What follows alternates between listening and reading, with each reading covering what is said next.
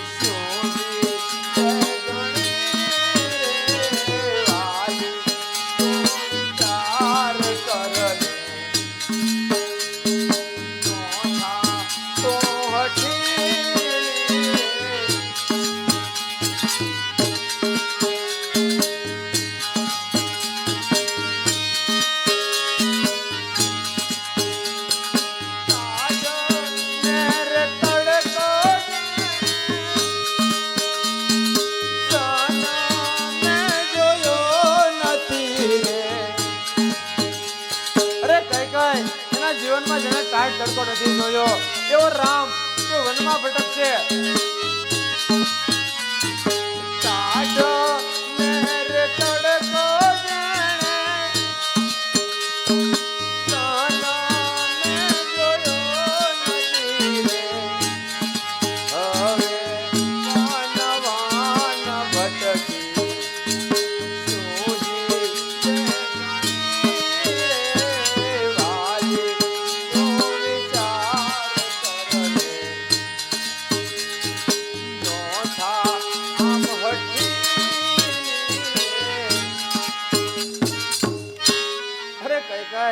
આમ ખોટો હઠ છોડી દે અને બીજા બેને બદલે 4 વસન માગી લે. કારણ કે રામ વનમાં કઈ રીતે જઈ શકે? તું તો જાણે છો કે જેણે ટાઢને તડકો કોઈ દી જોયો નથી એ આમ વનમાં ભટકશે કઈ કઈ. અરે મહારાજ, હું તમારી પાસે કાંઈ ભીખ તો નથી માંગતી મહારાજ. મારા થાપણ રૂપી 2 વસન આપની પાસે છે, એ તમને યાદ તો છે ને મહારાજ? અરે કઈ કઈ, હું 2 વસન આપવાની તને ના નથી કહેતો. હું તને બેને બદલે 4 વસન આપું, પણ તો બીજા વસન માગી લે. કે ગયા યુદ્ધ કરવા ને તે દિન શું ભૂલી ગયા પતિ મારા રે.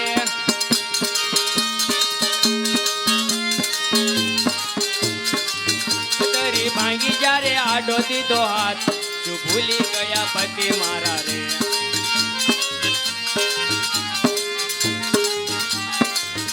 તે યાદ કરો મારા નાથ શું ભૂલી ગયા પતિ મારા રે વચન લેણા છે આપની પાસ શું ભૂલી ગયા પતિ મારા રે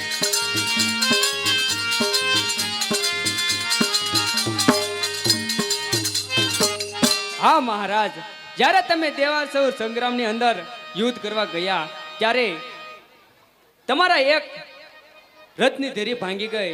જ્યારે મેં મારા આડો હાથ રાખી અને યુદ્ધ પૂર્ણ કરાયું હતું, જ્યારે મારો હાથ લોહી લુહાણ જોઈ અને તમે મને 2 વચન આપેલા, જે વચન હું માંગુ છું સ્વામિનાથ, એ તમને યાદ તો છે ને?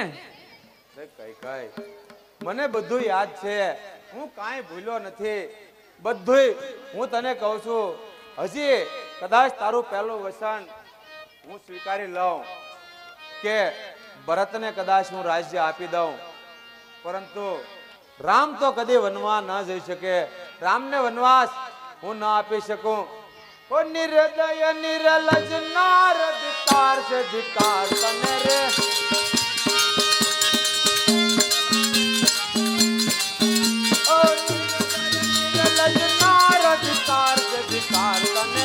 મારા કુળમાં તું ઉપજી અંગા ધિક્કાર છે ધિક્કાર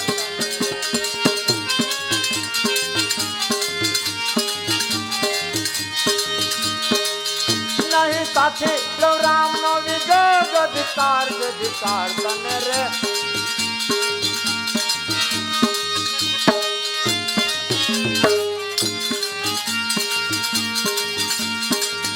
નહીં સાથી રામ નો વિજય ધિક્કાર છે ધિક્કાર તને રે. દુષ્ટ કલંક લે તું જાને કાજ ધિક્કાર છે ધિક્કાર તને રે.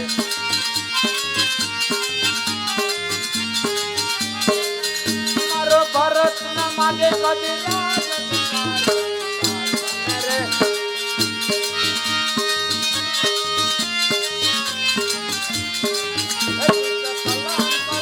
જાને કાજ ધિક્કાર છે ધિક્કાર તને રે.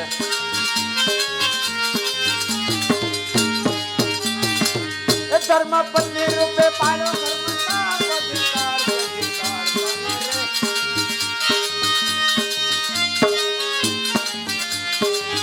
ધર્મ પત્ની રૂપે પાડો ધર્મ સાપ ધિક્કાર છે ધિક્કાર તને રે.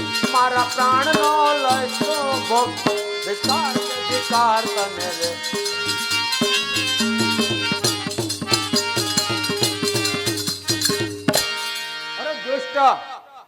ધર્મ પત્ની રૂપે મેં મારા ઘરની અંદર સાપ પાડ્યો છે અને મારો ભરત કદી રાજ નો સાહે કઈ કઈ. હું જાણું છું મારા ભરતને કે પોતાના બંધુ રામ ઉપર કેટલી પ્રીતિ રાખે છે. એ રાજ ન માગે. અરે શા માટે તારા મસ્તક ઉપર કલંક લઈ રહી છો દુષ્ટ? અને તને એમ હશે કે હું ભરતને રાજ ગાદી અપાવી અને રાજમાતા બની અને સરસ મજાનો પોશાકો વસ્ત્રો આભૂષણો પહેરી અને મહાલી. પણ યાદ રાખજે કઈ યાદ રાખજે મારા વસન કે જદે મારો રામ આ અવધનું રતન છે અને મારો રામ જો અયોધ્યાની બહાર પગ મૂકે તો અયોધ્યા શમશાન બની જાય. અરે રામ જો વનમાં જાય ને તો વનના વૃક્ષોના હૃદય સળગી જાય. પણ તારું હૃદય કેવું છે ઉલટા? તારું હૃદય કેવું છે કે તારા મુખ ઉપર એક જરા દયાનો સાંટો નથી. ધિક્કાર છે તને. અરે તને એમ હશે કે સારા સારા વસ્ત્રો પહેરીશ, સારા સારા આભૂષણો પહેરીશ અને રાજમહેલમાં માલેશ. પણ નહીં કઈ નહીં. આ તારી ઈચ્છા કદાપી પૂર્ણ નહીં થાય. કારણ કે મારો રામ મારો પ્રાણ છે, મારો રઘુવીર મારા આંખનું રતન છે. અને જેદી મારો રામ અવધ છોડીને જાય ને તેથી આ દશરથનો પ્રાણ પણ એની સાથે જતો રહે. અને તારા હાથમાં શોભતી આ રંગબેરંગી સૂળજો, તારા માથામાં શોભતો આ સિંદૂર બધું ભૂસાઈ જશે. એક વિધવા થશ તું. વિધવા થઈને ભટકીશ, કારણ કે રામની સાથે સાથે આ દશરથ પણ ચાલ્યો જશે. રામની સાથે સાથે આ દશરથનો પ્રાણ પણ આ એના દેહને છોડી અને જતો રહેશે. અને યાદ રાખજે કે રામ જાશે અવધ નહીં રે, અવધ શમશાન બની જશે. અને અવધની અંદર મુર્દાઓ નાશ કરશે. યાદ રાખજે કઈ કઈ મારા વસાન, યાદ રાખજે કઈ કઈ.